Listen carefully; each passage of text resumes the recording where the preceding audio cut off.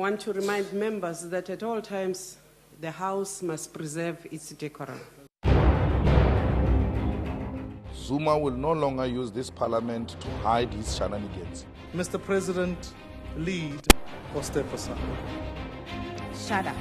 She said food sake and she walked away. I am not recognizing you. I refuse to withdraw my remark that the Deputy Minister of Defence is an idiot, because he is an idiot. The ANC moved you fair and square. The rules of Parliament are there for a particular purpose, and I think we must never forget that. Angiyoni intanga yakho, Floyd. You're not my mother.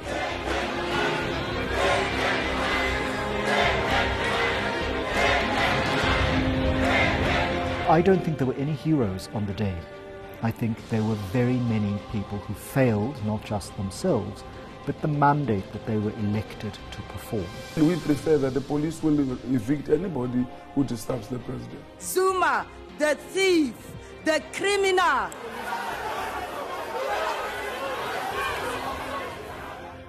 Those things that we never dreamt would happen in a democratic South Africa, and it's certainly a blight on our democracy.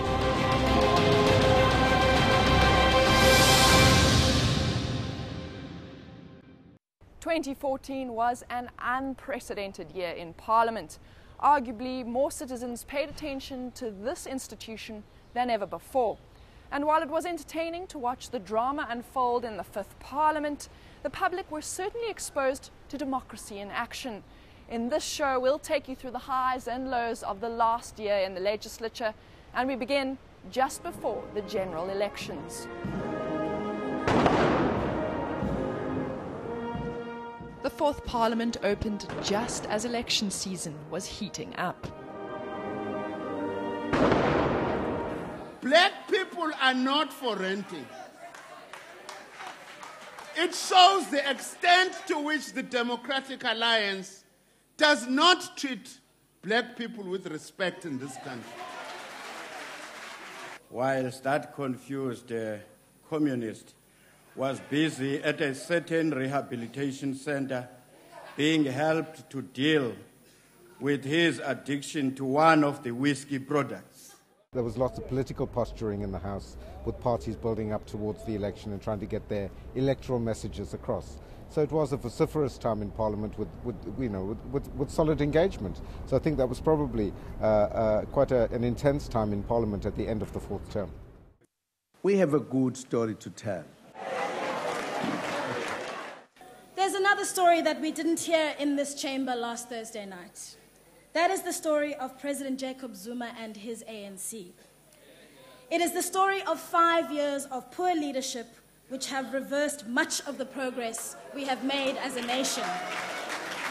The ANC indeed has a good story to tell, for only the ANC knows and understands where this country is coming from. South Africa has had enough. South Africa deserves a much better story. The last few weeks of this Parliament saw MPs rush a large number of bills through the legislature. There were bills about traditional leadership. There were also bills around infrastructure and the National Development Plan that went through that many people were very concerned about. But that's the case for any end-of-session government, that all sorts of bills get passed through because that government needs to be able to claim that during its session a whole series of legislative measures were passed. And as the Fourth Parliament closed its doors early to allow political parties to prepare for the elections, veteran ANC MP Ben TUROK said goodbye for good after 20 years in the House. He left lamenting the decline of the calibre of new MPs. Career politician, as opposed to a cadre, doesn't have necessarily the same conviction and the same commitment. Those of us who come from the early years, we had a huge commitment and a dedication, willing to give life itself. In the present environment, I don't know that that applies. Not everyone was out on the election trail. A group of MPs had to stay behind to deal with the President's initial response to the Public Protector's report on the Nkandla upgrades. The ANC took its time in appointing its members to the ad hoc committee. leaving a tight deadline to handle the matter before the May 7th elections. Its intention has always been to delay the start of the committee and to prevent it from eliciting answers from President Jacob Zuma. Once the committee was finally convened, it came as no surprise to the opposition when the ruling party members then argued there wasn't enough time to deal with the Nkandla matter. We're saying this is the amount of work that needs to be done. And we're saying that to get into doing that work is actually asking the impossible on our part. Even if we were to work 24 hours a day. If the ANC wants to use their majority to push that through, it's up to you. But I'm telling you, we are failing Parliament. We are failing the Constitution. We cannot bind the Fifth Parliament. We are not doing our job. We will not be part of such a motion. The ANC majority saw the report kicked into touch and left to be handled by the new Parliament.